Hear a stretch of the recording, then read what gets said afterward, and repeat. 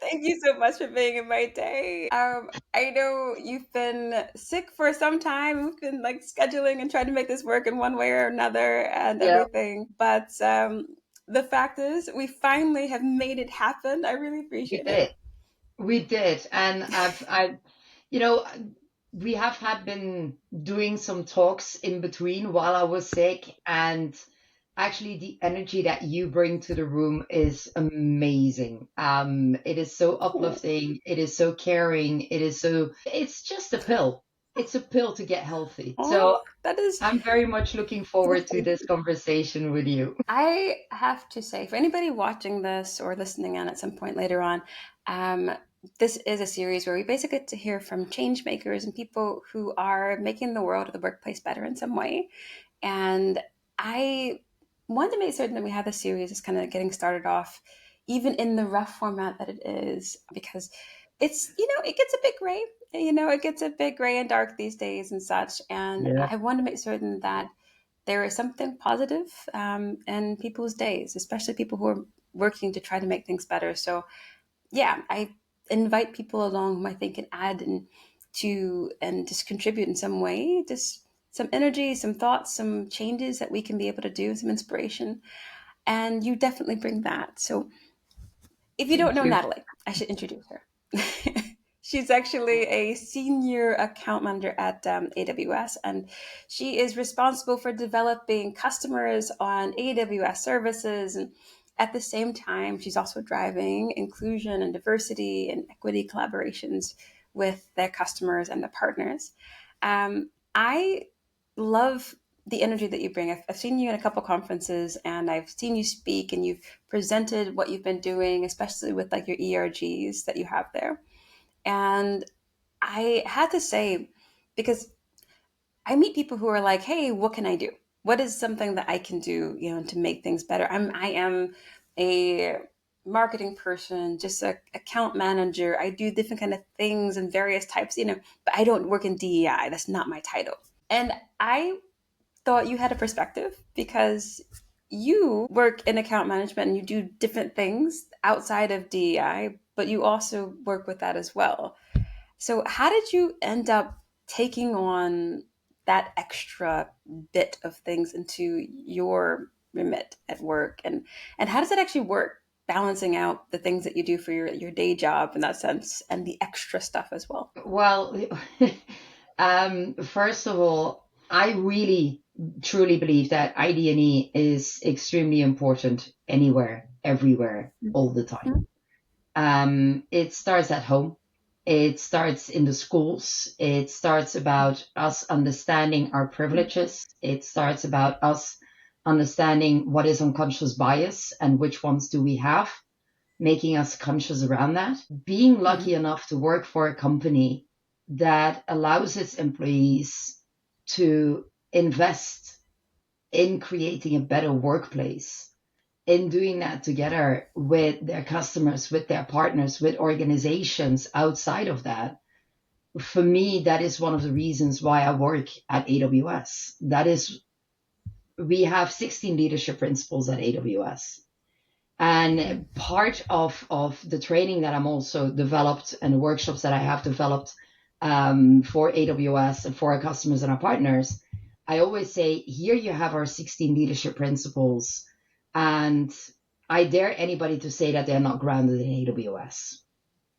And for me, grabbing back to that and basically looking onto those principles and saying that, hey, the company is asking me to think big. How can I think big within my role, but also combining that with inclusion, diversity, and equity? And there is in every part of the world that we are, those focuses are differently because I'm traveling a lot and walking around in different cities just across Europe. I noticed in Oslo, for example, you see very little color in general. And for me, that is really astonishing. And that is something that I want to change. I want to change that mindset of people being more open minded. about being more inclusive, driving that diversity, and how can I help from my position working at AWS to achieve that. That is why I drive this. I love this. So I do appreciate that the sense of ownership that you have in your role. I appreciate the fact that you take on leadership from whatever position that you have within your organization. I think this is a great thing. Um, but at some point, it wasn't just the feeling of leadership. It wasn't just the principles and such. You decided that you were going to take initiative, and I mean, you didn't just join your ERGs. You actually said, "Hey, I'm going to become an active ally here. I'm going to make certain I'm going to step up and do something a bit more." What made you make that switch, and how did you end up transitioning into that? Um, I think very much, and the family situation has driven this as well. When we take a look, I have 3 children, husband, happily been married for 23 years. Yeah, 23. Wow. Just had to count. Um, and my youngest came out and basically at the age of 12 and said, I'm gay. And the family reaction to that was finally, because everybody within the family already realized that he was gay, except himself. And, for us welcoming that, and then also hearing reactions from different parents, like, how can you be so supportive? It's like, why wouldn't I be? This is my child. I love my child, and the only thing that I want for my child is happiness and success. And me not Absolutely. supporting him will certainly not reach that goal. Then, of course, going through that, I wouldn't call it a phase, but the transitioning into opening up towards the rest of the family, opening up towards all the friends. You also go through a transition in yourself. Okay, I'm gay, but am I lesbian? Am I bisexual? Am I pansexual? Am I asexual? So for him, walking that path together, supporting him, answering questions, having him meet other people, driving those discussions together. And then finally, X amount of years later, now coming out as trans, um, there I see as a parent, we have a responsibility role. Within our society, being gay is much more accepted than being trans. Being trans is Yeah. still a lot of stigma around. There is still a lot of misunderstanding, miscommunication, misinformation that is going around in the world.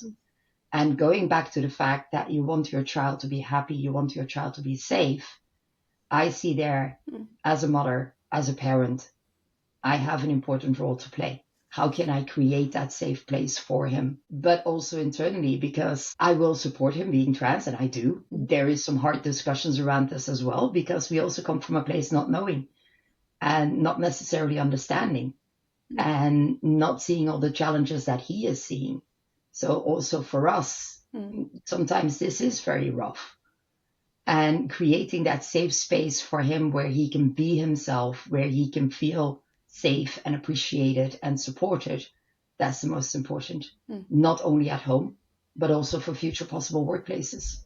I love that you think about this. I really, really do. And I was just reminded of how many people I've heard say that they came into the space for DEI because of their children. And it's so interesting to see, like, a lot of folks were start saying, well, they started thinking about like race and racism, if they have a child that might be like biracial or something like this, because of their child. That's something they started saying, oh, I want to make this world better or more inclusive for this person. I've seen people talk about disability because they had a child that has a disability and such. And then I started caring about the accessibility at that point. Or people who started caring about, they become aware of different topics and how it actually profoundly impacts your everyday life. And they want to create a better world for their children.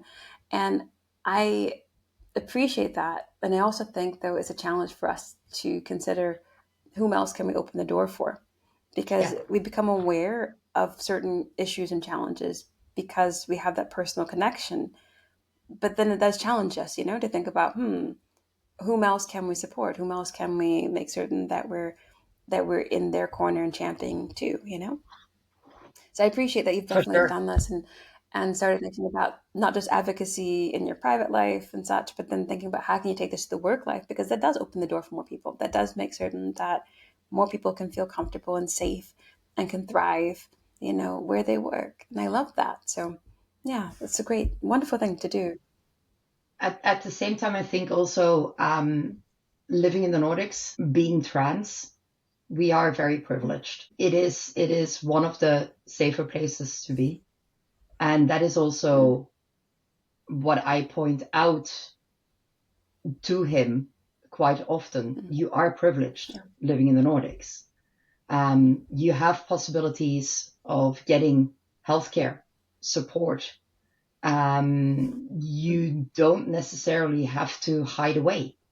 You can be very open. He started his apprenticeship for being a hairdresser, and everybody at work is so welcoming, so respectful. So, okay, you're trans, yay. For us, they just love him for who he is, and that is a privilege. And creating that awareness mm. also for him is extremely important.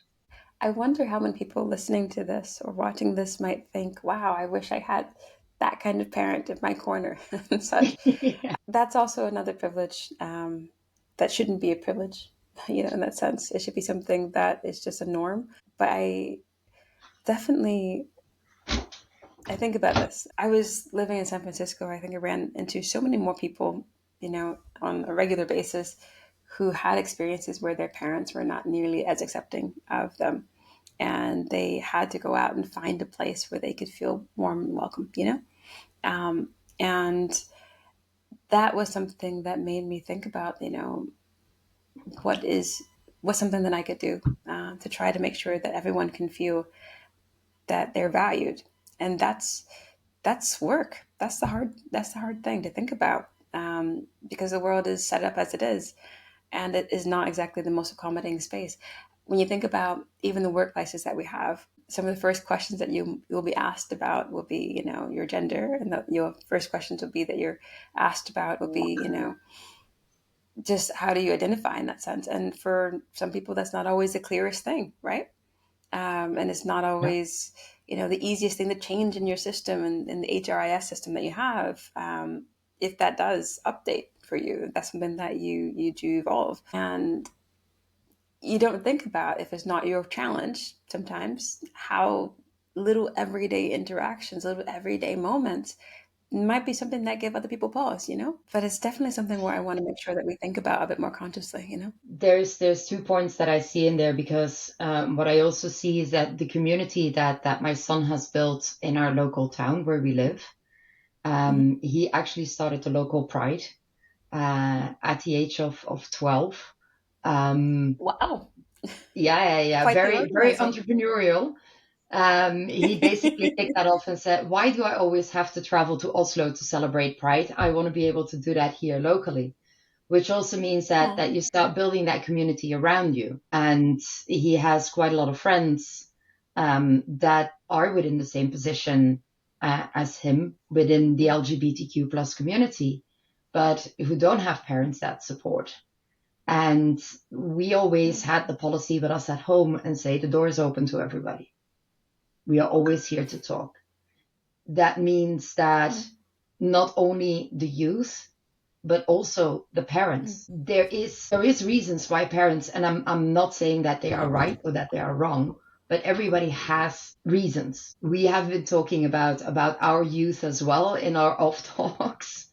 I didn't have very supportive parents as well. My parents did not agree for me marrying a Norwegian either. But what I have learned out of that is try to understand everybody's point of view. Try to understand where people are coming from, and then yeah. having those discussions with them. You can't change everybody, but you cannot just give up either.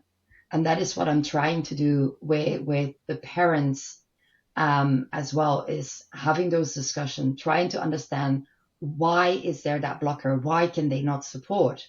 Is it because they are not knowledgeable? Mm, Is it because they don't have the language? Is it because they are afraid? And there's so many people that are afraid, afraid of being looked mm, at differently because their child doesn't fit the norm, or afraid that mm. they will not be welcomed by the rest of the family, afraid of what the future might hold. Having conversations with them, embracing them and saying that we are here to support, we are here to have those conversations is so important.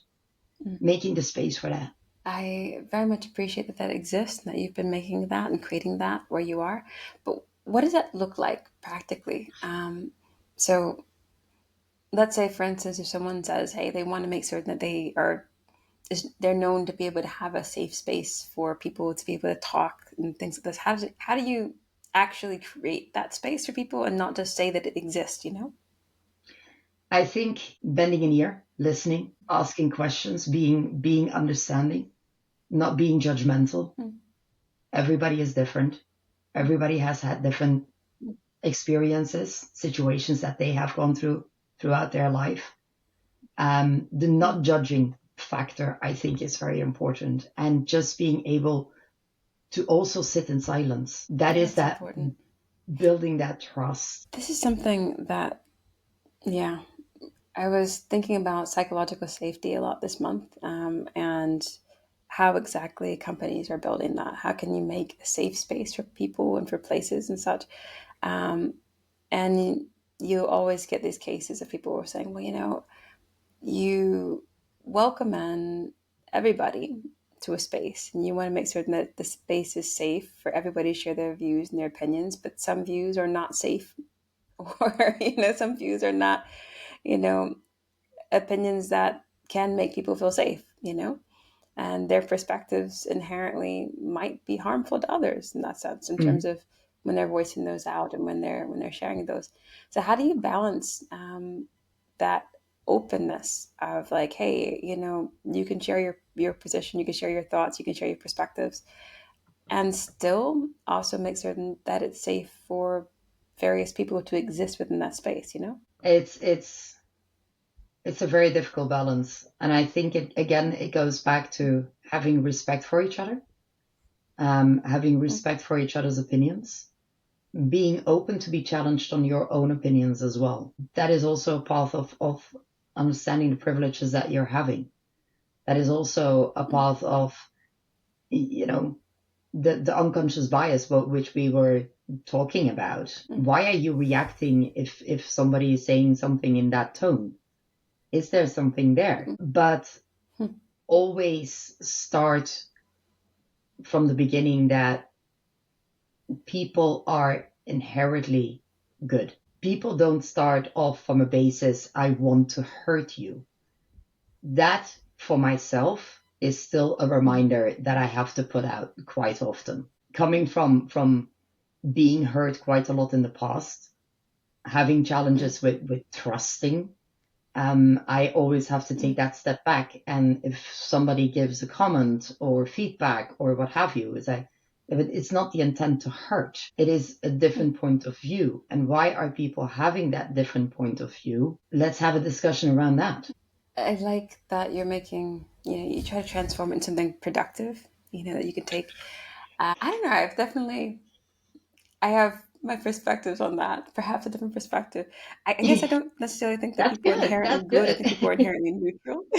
I think people are inherently neutral, in my opinion. I think like Uh, they can be good. They can be, and I guess I don't really think about the good and bad side of it. I think more like people can be helpful or harmful, and that's what people can be, at any given stage, and that can change and such. And it can be circumstantial and these kind of things. And you look and you evaluate and you consider whether or not, a person is in a position to be helpful or harmful. And it may be that, generally speaking, people are people who kind of react or off of their circumstances, and they have considerations about like, their own well-being oftentimes, you know, what's in their best interest. I think sometimes most people are focusing on those things. But everybody has the capacity, I think, to be better or to be Yeah, helpful in some way. This is what I think. So, yes, I don't think there are many people in the world who are in a position where they can no longer be helpful. But it's a matter of thinking about, can we align on what we're working towards and what we're working on? Can we align on what help is needed? Can we align on how we can all contribute to that? I think that's something that people can work on a bit better, I would say. especially nowadays. But I appreciate your optimistic take on things and such, where you're like, uh, everybody's that's a beautiful thought, and it's a wonderful perspective to take, and it does, shape a lot of things in terms of one's interactions with others in a positive way. So yes, there's value to that, certainly. And I think in the times we are in the world today, we need to have that positive approach. I Mhm. think it is important to have It that does. positive approach. I definitely think about this. It's very easy in the field that we work in to become a bit jaded, to get this perspective that it's everything is it's the system is as it is, and the system is designed to not benefit everybody, and that's true.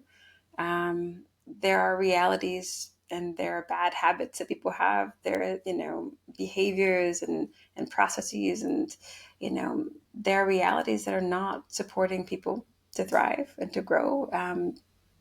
And exclusion is inherent, and you can see all these things, in society and in structures. Um, and you can sometimes lose a little bit of hope, I would say, or you can get a little pessimistic in terms of the impact one can have. But having some positive perspective, that's something where it helps to keep you going in terms of trying to change things, how to make new systems, trying to, mitigate the harm of the system that we're in the meantime, that's something that's incredibly valuable.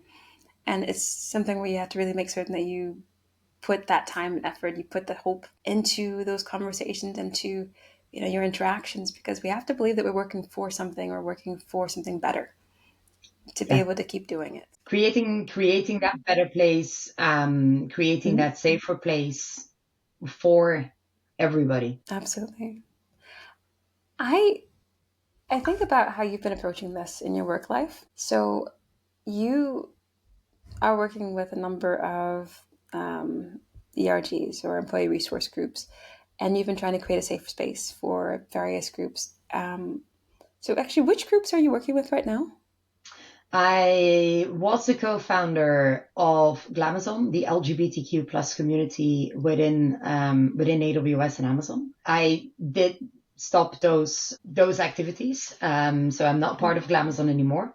But I am now leading the EMEA organization for women at in Amazon and AWS. That's pretty awesome. And I see that, I kind of wondered an approach that you took, because I know you've been on the board for various kinds of like ERGs within there. Yeah, So I think, did I see that you were Ben even working with like, which other groups were you working with? Ben the Black Employee Network as well. That's cool. What's your approach to being able to support communities that you're not a part of? Like, because this is the thing, I heard this from various people, like who were like, hey, I want to be able to support, I want to be able to do something, but it's not my battle in that sense, is what they'll say.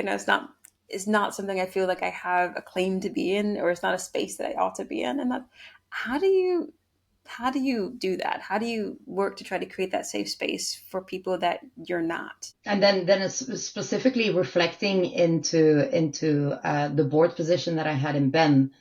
I think bringing first of all with me the experience that I had from other ERGs and helping Mm-hmm. them getting started and creating that space for the Black Employee Network in the Nordics to thrive is one thing, but also it's a learning experience for both. First of all, for me, I bring quite a lot of privilege to the table, being Mm-hmm. white, being able to maybe approach it from a different point of view.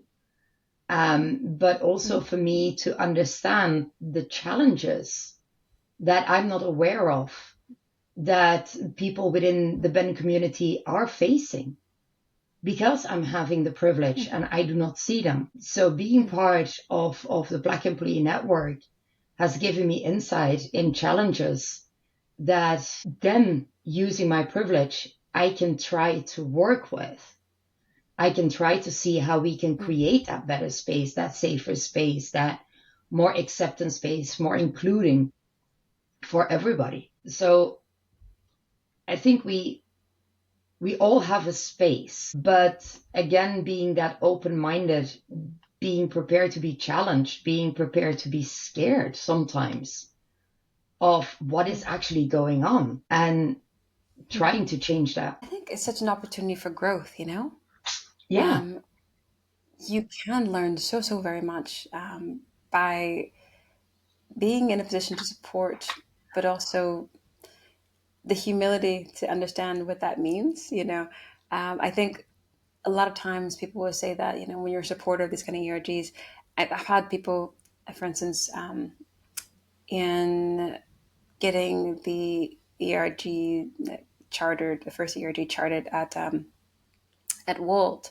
We wanted to get executive sponsors and senior managers on board for that, and we made an effort to make certain that out of the executive sponsors we had one person from that community and one person that was not from that community, to be able to give different perspectives and yeah, different types of support.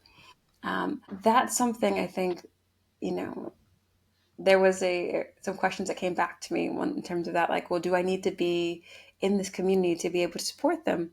I'm not certain if I can be in that position, but I think there is so much mutual learning that can take place, from having those different perspectives there.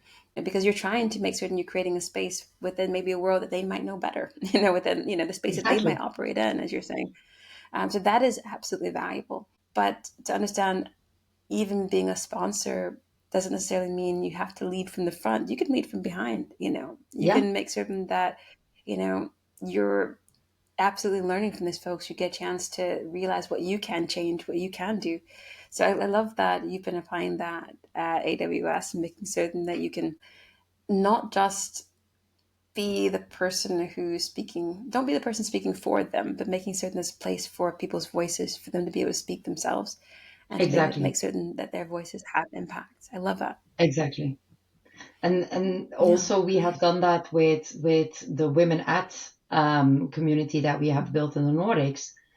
We made Mm-hmm. sure that first of all it is open for everybody, but within our board we also have men, Mm-hmm.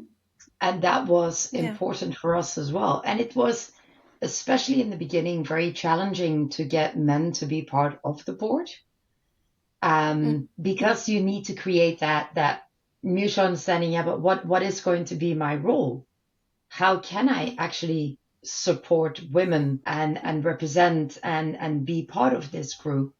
But I Yeah. have to say, the men who are part of Women at in the Nordics are doing an amazing job. It's really nice I love having to them hear that. around and having those discussions and giving those different perspectives as well. When we talk about understanding your role in the sense, this is a thing because that's always been a challenge for ERGs. Oftentimes across companies, it can be really unclear as to you know who's doing what and what can you do, what's the contribution you can bring, and how much do you need to contribute. Sometimes that can be really quite unclear in different companies. I know AWS has a lot of things figured out in terms of this is what we're doing, these kind of things. But even still, I wonder, for you, you have your day job, and such. How do you think about balancing or allocating time and energy for certain things? How do you think about, this is how much you're going to invest into these projects versus for the other things that you're doing? Well, what I see with AWS is that the work that we are doing within inclusion, diversity, and equity, also all the ERGs, is extremely important for them because our founder, Jeff Bezos, said it very clearly. I want to create a space where everybody can come to work to who they truly are. And this is part of the work that we are doing, still representing that and still making sure that everybody can come to work to who they truly are.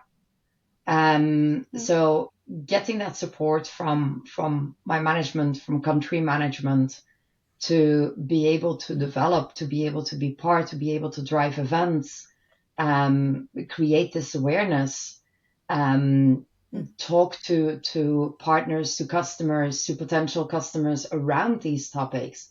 They basically say, this is part of who you are. This is why we hired you. And it's not a policy in every company, to be honest. No, Not every company no, has it really isn't. thought that through, you I know. know that. And so, so I mean, I love hearing this, and perhaps this is one of those things I would always be a fan of. But I love companies that realize that, when you hire a person, you're not just hiring talent. I think we always think about like talent acquisition and such, and we Yeah, think about, you're trying to get these skills and such. Um, but you forget that those are wrapped in the package of people. And so you have to think about what is going to help those people to thrive and to grow and to be their best selves in that organization, yeah. so that way you can benefit from having that talent, those skills, that insight. But it's something that really, that's not such a deliberate process or thought in so many organizations, unfortunately. Well, I Mm. also have the bad experiences. I've been around in the work life for a little while, so it's not every company is the same as AWS and Amazon. But I also have to say we don't always get it right.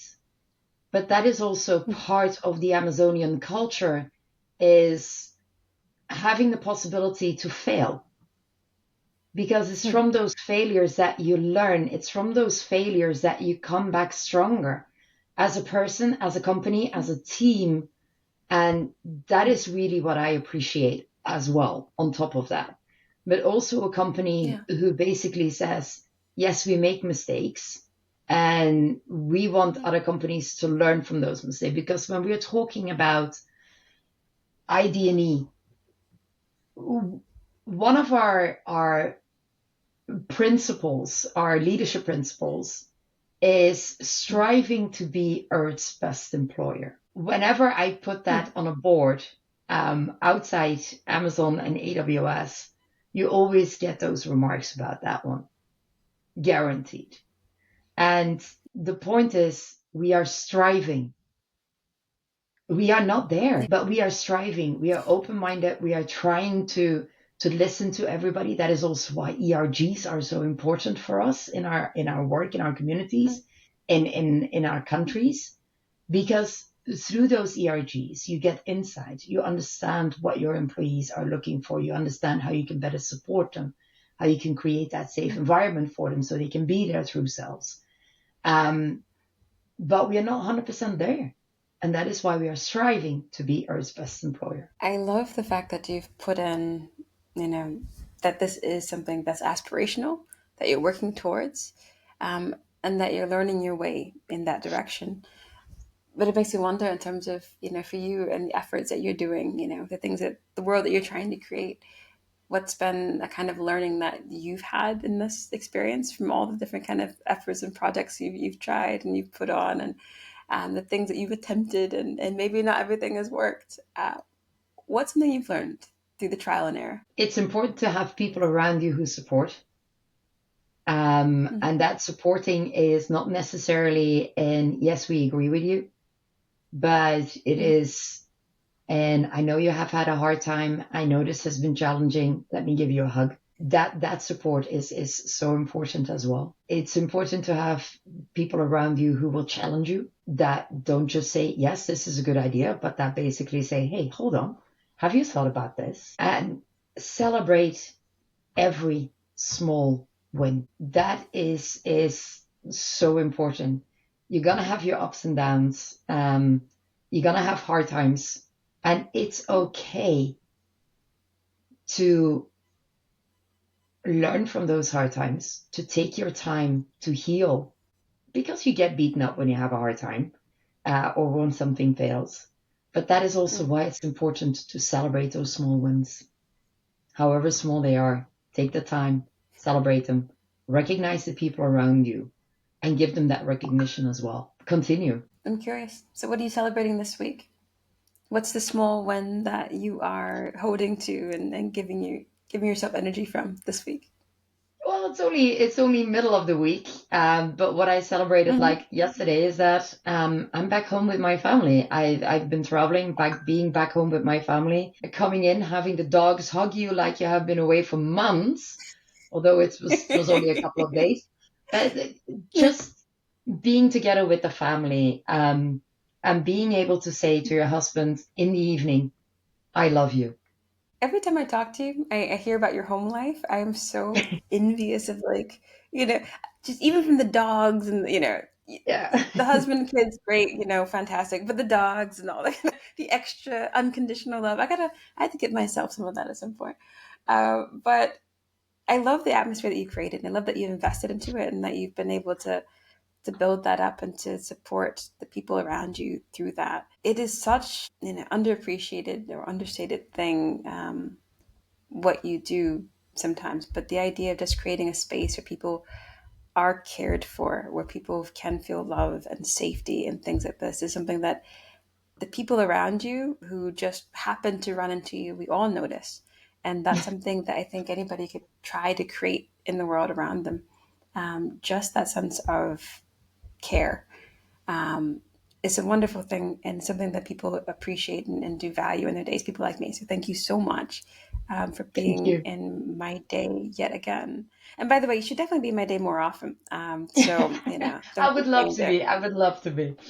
And it's like I said in the beginning, the energy that you bring, the positivity, but also the discussions that we have had in the past. I so love it. It is giving so much energy. It's giving thought, food for thought. I'm so enjoying it. Well, my daughter, by the way, still talks about you and such. So I brought my daughter to a conference once and ran into you there. And you had one of these unicorns from probably the Glamazon that Yeah, you're working with at that point. yeah. Yeah, and gave that to my daughter. She thinks that every conference now is going to be this magical thing where you get this wonderful unicorn. Um, and I don't want to break her from, I don't want to disillusion her at this point. Like, we're not all like that. But she thinks, oh no, it's great. Conferences are wonderful because people give you like unicorns and there's like nice people there and such. And so, yeah, you're definitely a part of my family story, clearly. But I think just in terms of just that care and the generosity and just a thought about listening to people and trying to do that without judgment, these are things that anybody can apply. And I hope more people can definitely do so and try to actively, be allies and supporters of people around them because it matters. It really does. It does. What I always say to the family is that we will love you no matter what. We will always be there no matter what. And I think that that is important when it comes down to family. Absolutely. But also thinking about what can you take from that to your everyday life outside of one's family unit, to the everyday life, to the teams that people lead, to the people that they're around. Work is not family, no, but you can think about how can you be there for people, and that could be a guiding question about like, hey, you know, whoever you are, however you are, we care about you. We want to make certain we support you. We want to make certain that you can do your best and grow here. But seeing people and supporting people, that's something that I would love to see people take on and consider that just in their everyday work life, as team leads, as team members. And just asking your colleague, are you okay? A very powerful and important question that doesn't get asked nearly as often as it ought to. You know, so I'm going to check up on you periodically and ask, "Are you okay?" And Looking forward to get it. honest answers from you because you are like the person who cares for everybody, and sometimes maybe you might need to ask that question of yourself sometimes, Um, but if you get people like me reminding you, hopefully that might make a difference too. We'll see. Looking forward to it. I know you've got meetings to get to, and I've got meetings I have to need to get to today. But thank you for being my day. I really appreciate it. Thank you so much, Laura. I really appreciate it as well. And I'm looking forward to your next call.